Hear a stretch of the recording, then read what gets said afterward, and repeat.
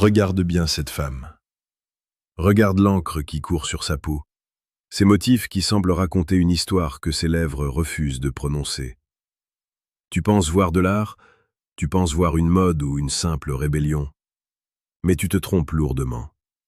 Ce que tu as sous les yeux, c'est une carte géographique de ses blessures, un cri silencieux gravé dans la chair, une tentative désespérée de reprendre le contrôle sur un corps qui, peut-être, ne lui a jamais vraiment appartenu. Marc Aurèle disait que l'âme se colore de la teinture de ses pensées. Pour beaucoup de femmes aujourd'hui, cette teinture a débordé. Elle a quitté l'esprit pour venir marquer le derme de façon indélébile. Avant d'entrer dans les profondeurs de cette psyché complexe et de comprendre ce que Freud aurait réellement dit de ces marquages, écoute bien ceci. Si tu veux comprendre les secrets les plus sombres de l'attraction et de la nature humaine, j'ai mis à ta disposition un outil radical. Clique sur le 3e lien en description pour télécharger ton exemplaire du manuel sexuel du stoïcien impitoyable. C'est le premier pas pour ne plus être le jouet des apparences. Sigmund Freud, le père de la psychanalyse, ne voyait jamais un acte comme le fruit du hasard. Pour lui, le corps est le théâtre de l'inconscient. Lorsqu'une femme décide de marquer sa peau à vie, elle ne fait pas qu'esthétiser son apparence. Elle commet un acte de pénétration symbolique. Le tatouage, c'est l'aiguille qui entre dans la peau. C'est une douleur acceptée, presque recherchée, pour masquer une autre douleur, bien plus profonde et invisible. C'est ce qu'on appelle la conversion. On transforme une souffrance psychique insupportable en une trace physique que l'on peut enfin voir, toucher et contrôler. Imagine une femme qui a grandi dans un environnement où ses émotions étaient constamment étouffées, où sa voix n'avait pas de poids. En se tatouant, elle se réapproprie son propre temple. Elle dit au monde, et surtout à elle-même, « Mon corps est à moi, et je décide de ce qu'il devient. » C'est une quête de souveraineté. Mais là où Freud devient brutal, c'est lorsqu'il évoque le narcissisme et la libido. Le tatouage devient un objet de fixation. La femme ne cherche plus à être aimée pour ce qu'elle est, mais pour l'image qu'elle projette. Elle crée une armure de signes pour empêcher l'autre d'atteindre son essence véritable. Dans la séduction moderne, tu croiseras souvent ces femmes parées de fresques complexes. Ne fais pas l'erreur du débutant. Ne te contente pas de complimenter le dessin, regarde l'emplacement. Un tatouage sur le poignet n'a pas la même charge émotionnelle qu'une pièce massive dans le bas du dos ou sur les côtes. Les zones de vulnérabilité sont souvent celles que l'on choisit de couvrir en premier. C'est un paradoxe fascinant. On expose pour mieux cacher. C'est une invitation au voyage, mais un voyage parsemé de pièges et de zones d'ombre. Pour naviguer dans ces eaux troubles, pour devenir l'homme qui comprend sans juger, mais qui domine par sa clairvoyance, tu dois te former. Abonne-toi dès maintenant à Stoïcisme d'Esprit. Chaque jour, nous décryptons ensemble les mécanismes de la séduction la plus précieuse et la plus pertinente pour faire de toi un homme de caractère. Revenons à cette peau ancrée. Freud parlait souvent de la pulsion de mort. Le tatouage a quelque chose de mortuaire. C'est une marque figée sur un corps vivant. C'est une tentative de rendre éternel un instant, une émotion ou une personne, alors que tout dans la nature est soumis au changement. La femme tatouée lutte contre sa propre finitude. Elle veut laisser une trace qui ne s'effacera qu'avec sa propre disparition. C'est d'un romantisme noir, une poésie tragique qui brûle sous la surface.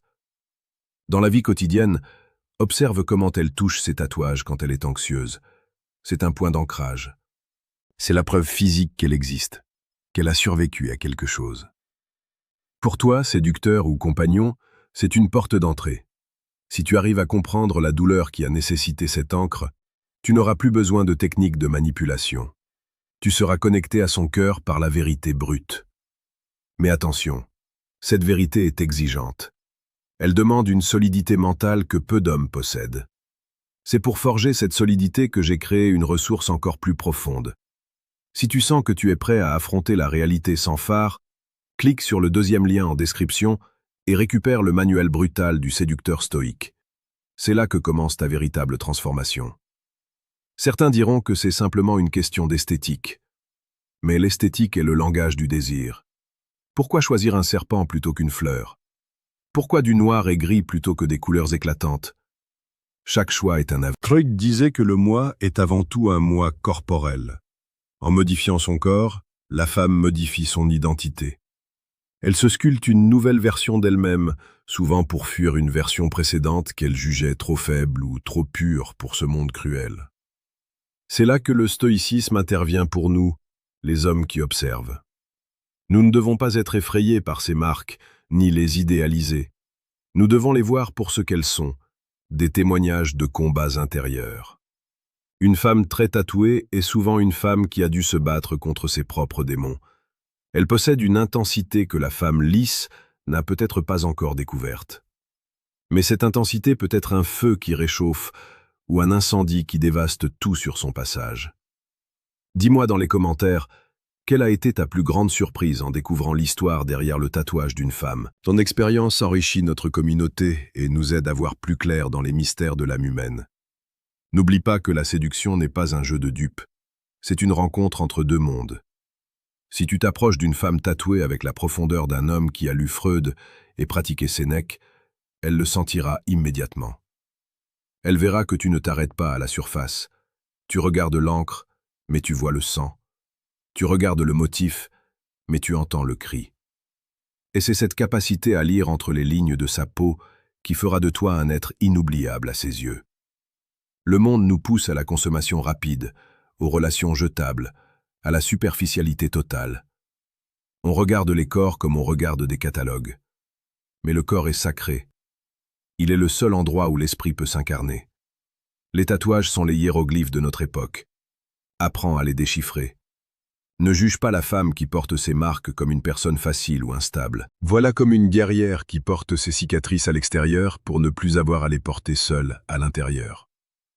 C'est cette vision, cette profondeur d'analyse que nous cultivons ici. Abonne-toi à Stoïcisme d'Esprit pour ne rien manquer de ce cheminement vers une masculinité consciente et puissante. Nous publions chaque jour pour que tu puisses devenir la meilleure version de toi-même dans ce labyrinthe qu'est la séduction.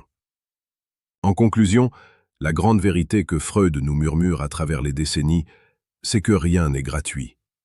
Le tatouage féminin est une négociation entre le plaisir et la douleur, entre le désir d'être vu et la peur d'être connu. C'est une armure poétique.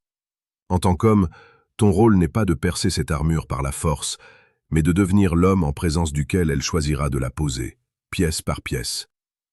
Sois le calme dans sa tempête, sois la raison face à ses impulsions. Sois le stoïcien qui comprend que derrière chaque goutte d'encre se cache une goutte de vie qui ne demande qu'à être comprise, aimée et respectée dans sa brutalité la plus pure. Pars maintenant avec cette réflexion. La prochaine fois que tes yeux se poseront sur un tatouage, ne vois pas un dessin. Vois une âme qui essaie de se dire. Vois la force là où les autres voient de la décoration. C'est cela la véritable maîtrise. C'est cela être un homme qui voit l'invisible. Et c'est à partir de cette vision que tu bâtiras un empire émotionnel que rien ne pourra ébranler. Agis avec sagesse, observe avec acuité, et ne laisse jamais la surface te dicter la profondeur d'un être. La vérité est là, gravée dans la chair, attendant simplement celui qui aura le courage de la lire vraiment.